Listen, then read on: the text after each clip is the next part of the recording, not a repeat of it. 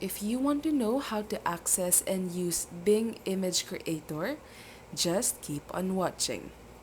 First, open Microsoft Edge on your laptop or desktop because this is the only website browser where you can access Bing.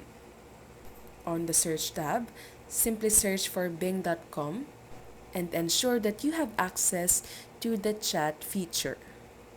Now, beside chat, you'll see image, and once you press this, you'll see at the top right corner of your screen the image creator option or button.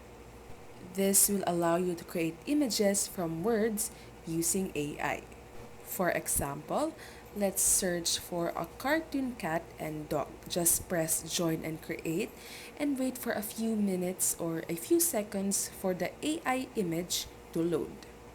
At the right part of your search tab, you'll see a yellow icon with a number beside it. What this means is that you have 25 tries to search and let Bing create an image for you. This number will decrease by 1 every time an image is generated by Bing. Now you can see that an image has been generated and it perfectly captures a cartoon cat and dog.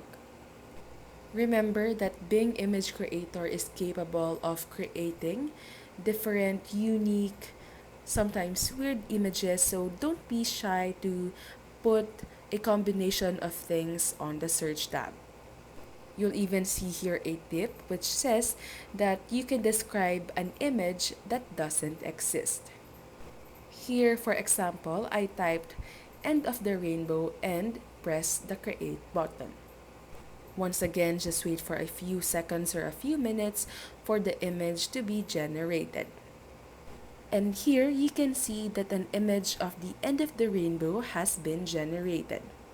If you're out of ideas, you can also press the Surprise Me button at the top right corner of your screen.